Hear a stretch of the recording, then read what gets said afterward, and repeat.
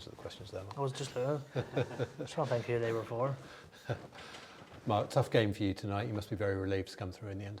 Yeah, it wasn't pretty at times, but it wasn't pretty in a way that there wasn't a lot of balls missed, but it was just the way the frames went. Sometimes the balls dictated, and the black was getting tied up nearly every break off, and yeah, it just didn't lend itself for free flowing, open snooker. But not every match is different at the end of the day, and you have to be ready for that. And proud of the way I battled. Didn't have my best stuff, but just battled for everything really. And I won 3 frames that I had absolutely no right to win, and that was the difference in the match, because on another day Joe wins that 6-2, and that would have been a fair reflection on play, because I felt like he was the better player throughout.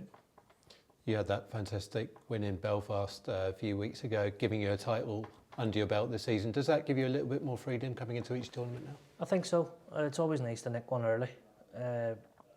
You feel like that's a season sort of a little box ticked early on, and you can sort of relax a little bit. But ultimately, when you get down to the nitty gritty later on in other events, no, the pressure comes back on then, obviously, and you want to win multiple tournaments. I want to be just someone who nicks one here and there.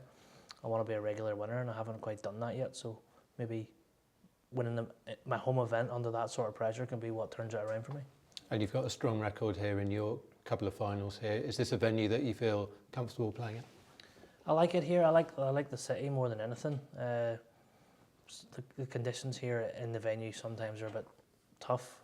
I don't think just with the atmosphere in the arena, it doesn't lend itself sometimes to the best playing conditions, but you have to just battle on. And I've obviously, with a couple of finals here and a few semi-finals, I've obviously learnt how to adapt to that. But I just like York as a city, though. It reminds me a lot of just what Sheffield's like at that time of year. Everyone knows the snooker's here in sort of November, December time in York, and it's a really pretty place with the castles and all the history attached to it, and some good eating places, I would say, frequent.